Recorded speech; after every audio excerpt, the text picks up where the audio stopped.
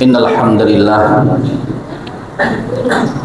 nahmaduhu ta'ala wa nasta'inuhu wa nastaghfiruh wa na'udzu billahi min shururi anfusina wa sayyiati a'malina. May yahdihillahu fala mudilla lahu wa may yudlil fala hadiya lahu. أشهد أن لا إله إلا الله وحده ربي لا شريك له إقرارا به وتوحيدا وأشهد أن محمدا عبده ورسوله صلى الله عليه وعلى آله وصحبه وسلم.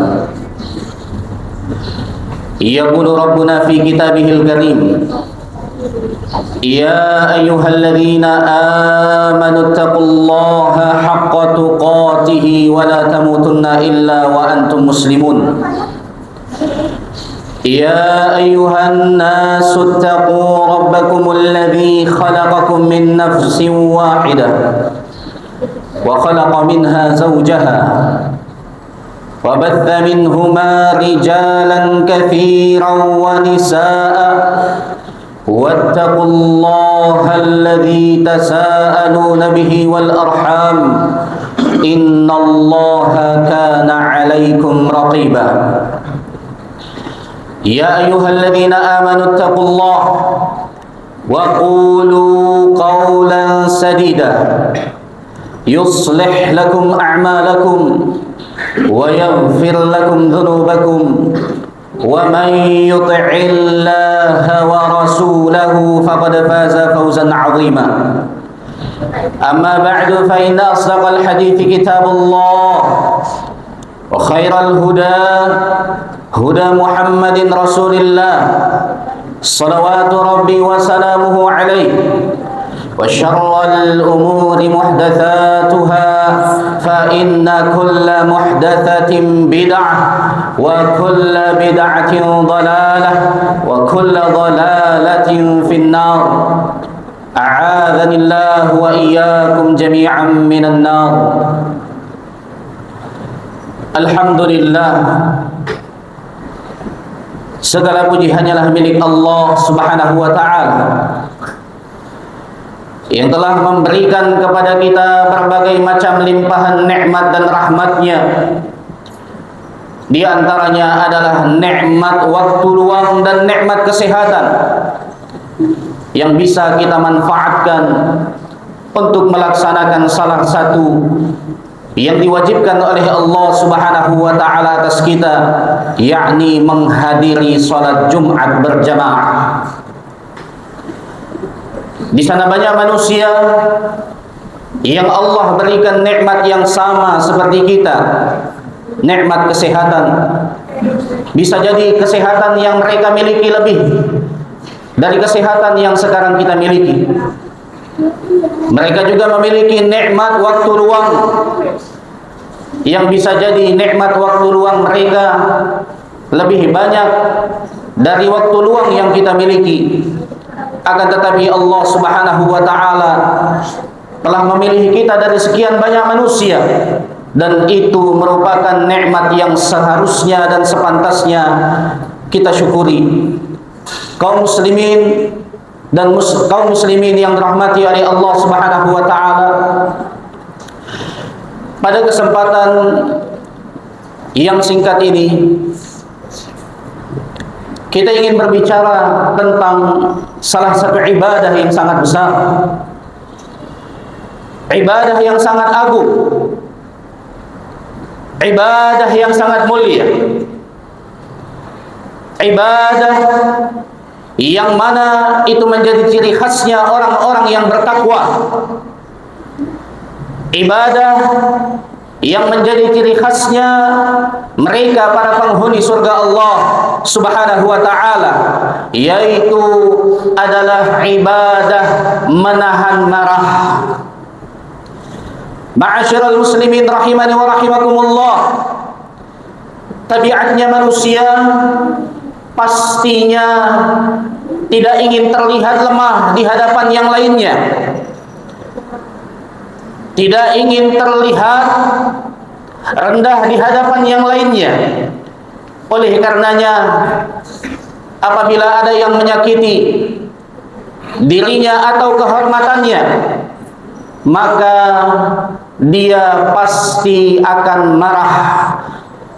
Akan tetapi sifat orang-orang yang bertakwa yang disifati di dalam Al-Quranul Karim, mereka adalah orang-orang yang apabila mereka marah, maka mereka mampu menahan amarahnya, bahkan mereka memaafkan yang lainnya. Allah Subhanahu wa taala berfirman, "Wa idza ma ghadibuhum yaghfirun." Orang-orang yang bertakwa itu mereka juga bisa marah karena mereka manusia. Mereka memiliki sifat marah. Ketika mereka marah, mereka mampu menahan amarahnya, bahkan mereka mampu untuk memaafkan orang lain.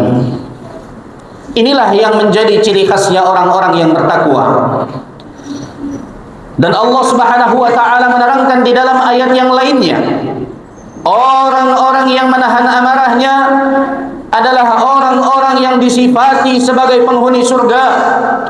Allah Subhanahu wa taala berfirman, "Wasari'u ila maghfiratin min rabbikum." Bersegeralah kalian untuk meraih ampunan dari Rabb kalian, wa jannatin 'arduha as-samawati wal ard. Bersegeralah kalian menuju surga yang luasnya seluas langit dan bumi. Uiddat lil muttaqin, yang telah disiapkan oleh Allah untuk orang-orang yang bertakwa. Siapakah mereka? Alladzina yunfiquna fis sarra'i wad dharra.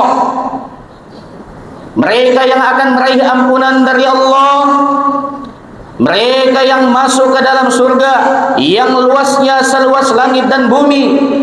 Mereka adalah orang-orang yang senantiasa berinfak di saat lapang ataupun di saat mereka dalam keadaan kesulitan. Wal kadhiminal ghaidh, dan mereka yang mampu menahan amarahnya. Wal 'afina 'anil nas, mereka yang mampu memaafkan orang lain. Wallahu yuhibbul muhsinin, Allah sungguh mencintai orang-orang yang muhsinin. Kaum muslimin yang dirahmati oleh Allah Subhanahu wa taala, kata para ulama, orang-orang yang mampu menahan amarahnya, padahal dia memiliki kekuatan untuk melampiaskannya, maka orang tersebut meraih 3 keutamaan. Keutamaan yang pertama, mendapatkan ampunan dari Allah. Kita adalah hamba yang penuh dengan dosa. Dosa tangan, lisan, mata, kaki, hati, kemaluan, dan dosa-dosa yang lainnya sungguh tidak terhitung ma'asyiral muslimin. Kita butuh yang namanya ampunan. Yang kedua, hamba tersebut bisa masuk ke dalam surga Allah yang luasnya lebih luas daripada langit dan bumi. Yang ketiga, mereka dikategorikan sebagai hamba-hamba yang muhsin. Muhsin itu adalah tingkatan agama yang paling tinggi, ma'asyiral muslimin.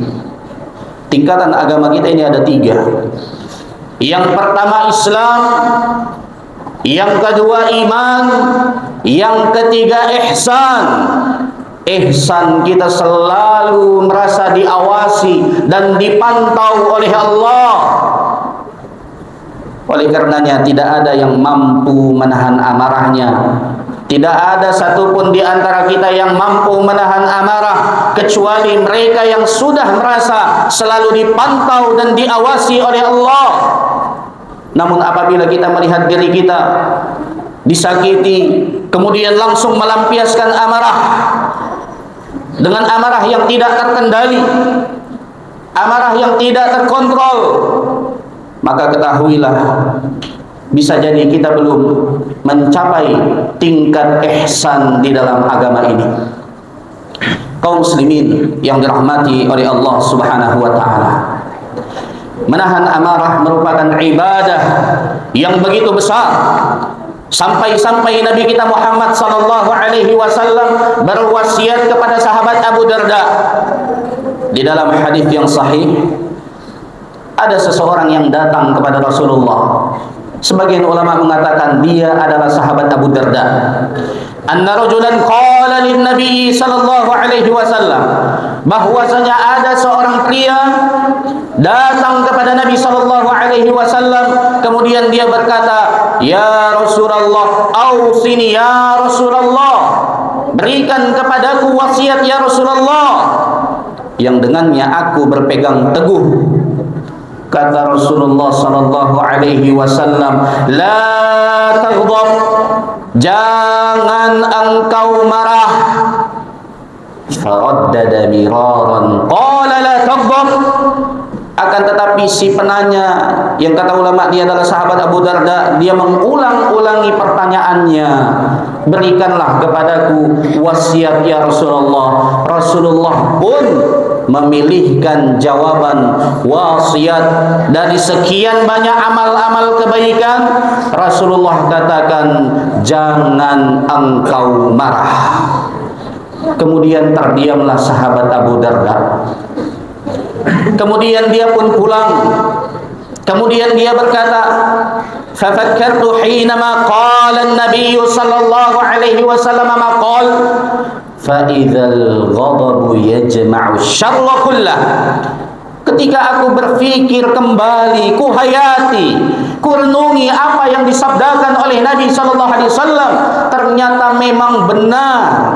Kemarahan itu adalah sumber dari segala macam keburukan.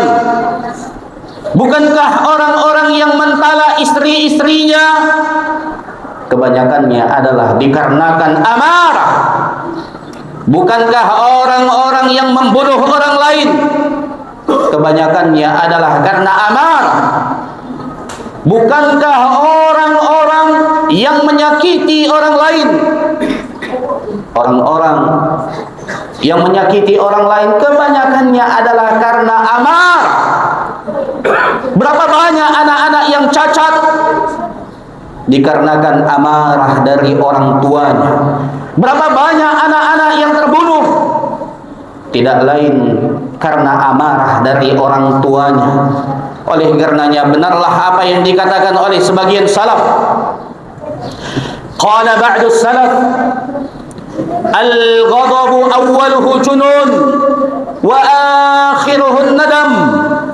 Kemarahan itu awal-awalnya adalah kegilaan.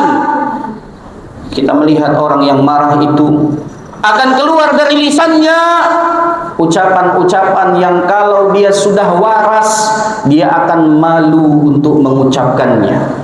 Akan keluar dari orang-orang yang marah perbuatan-perbuatan yang kalau akalnya sudah normal, dia akan malu dan tak sanggup dia melakukannya. Oleh karenanya mereka mengatakan, wa akhiruhun nadam, ujung-ujungnya hanyalah penyesalan. Itulah marah ma'asyiral muslimin rahimani wa rahimakumullah. Pernah datang salah seorang sahabat Nabi kepada Nabi sallallahu alaihi wasallam. Dia bertanya kepada Nabi sallallahu alaihi wasallam tentang satu amalan yang bisa memasukkannya ke dalam surga Allah. Dia pun berkata, "Ya Rasulullah, dullani ala amalin idza amiltuhu dakhaltul jannata wa la tukthir alayya." Ya Rasulullah, tunjukkan kepadaku suatu amalan yang apabila aku mengerjakan amalan tersebut, aku bisa masuk ke dalam surga Allah, tapi jangan panjang-panjang ya Rasulullah. Kemudian Rasulullah mengatakan, dari sekian banyak amal-amal kebaikan, dari sekian banyak ibadah, Rasulullah sallallahu alaihi wasallam mengatakan, la taghdab, jangan engkau marah, karena memang amarah itulah yang seringnya membinasakan seseorang. Janganlah engkau marah. Wahai para pencari surga Allah, wasiat dari Rasulullah sallallahu alaihi wasallam, apabila engkau ingin masuk ke dalam surga, maka janganlah engkau marah. Orang-orang yang merindukan surga Allah, dengarlah sabda Nabimu Muhammad sallallahu alaihi wasallam, dengan itu engkau bisa meraih surga dari Allah. Kaum muslimin yang dirahmati oleh Allah, apabila kita ingin dimaafkan oleh Allah, maka maafkan orang-orang yang berbuat kesalahan kepada kita. Apabila kita ingin Allah meredam amarahnya kepada kita, maka redamlah amarah kita kepada orang lain. Al-jaza'u min jinsil amal, balasan itu sesuai dengan amal perbuatan. Dari sahabat Nabi yang mulia Abdullah bin Amir bin Al-As, annahu qala, bahwasanya beliau berkata, sa'altu Rasulullah sallallahu alaihi wasallam, aku bertanya kepada Rasulullah sallallahu alaihi wasallam, ya Rasulullah, ma yub'iduni min ghadabillah. Sahabat Abdullah bin Amr bin Al-As berkata, ya Rasulullah, amalan apa yang membuat murka Allah itu jauh dari diriku? Amalan apa yang membuat Allah meredam amarahnya dari kita? Kata Rasulullah sallallahu alaihi wasallam, la taghdab, jangan engkau marah.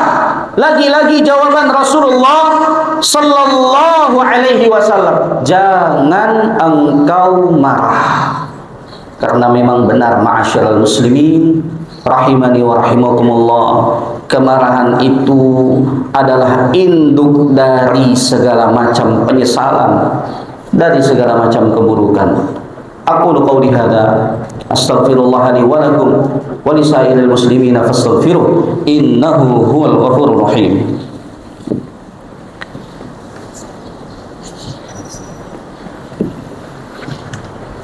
Alhamdulillah hamdan katsiran tayyiban mubarakan fihi kama yuhibbu rabbuna wa yardah, wa asyhadu an la ilaha illallah wa asyhadu anna Muhammadan abduhu wa rasuluh sallallahu alaihi wa ala alihi wa sahbihi wa sallam. Amma ba'd.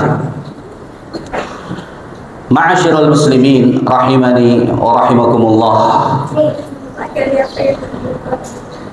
Kemarahan adalah sifat yang sudah Allah berikan kepada setiap manusia. Selama dia masih manusia, maka dia pasti memiliki sifat marah.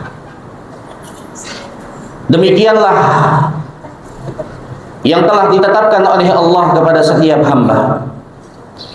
Bahkan Nabi Musa alaihi salam pun juga bisa marah. Bahkan Nabi kita Muhammad sallallahu alaihi wasallam pun bisa marah.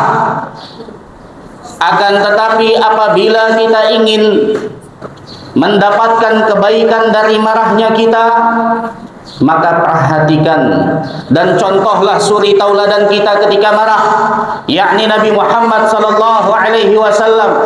Beliau itu tidaklah marah kecuali marahnya itu terkendali. Hati ini boleh meledak-ledak, tapi tangan dan kaki tetap tenang, lisan tetap tenang. Kita boleh marah, asalkan itu apabila keharaman Allah telah dilanggar. Itulah marahnya Rasulullah sallallahu alaihi wasallam. Ketika beliau marah, marahnya terkendali.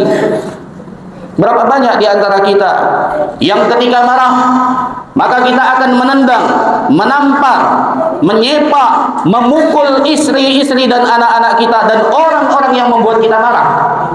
Seandainya kita mengikuti suri tauladan kita Muhammad sallallahu alaihi wasallam, maka amarah yang ada pada kita itu menjadi kebaikan karena berbuah pahala, berbuah ganjaran dari Allah tabaraka wa taala. Lihatlah bagaimana Rasulullah sallallahu alaihi wasallam marah.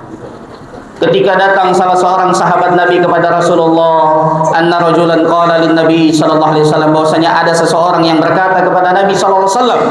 Dia berkata, "Ya Rasulullah, inni ata'akhkharu 'anis salati min ajli fulanin yutilu bina."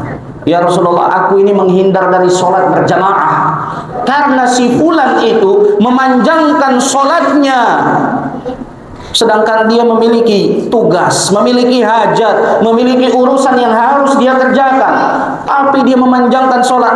Aku menghindar dari sholat berjamaah karena dia. Rasulullah pun marah. Kenapa? Karena syariat Allah telah dilanggar. Sesuatu yang tidak boleh dilakukan, membuat orang lari dari dakwah, dilakukan oleh sahabat tersebut yang dikatakan dia Mu'adz bin Jabal. Kemudian Rasulullah mengumpulkan manusia. Kemudian Rasulullah SAW mengatakan, "Ya ayyuhan nas, inna minkum munaffirin." Lihat marahnya Rasulullah. Rasulullah ketika itu pemimpin. Kalau dia ingin memukul, menendang, menyepak,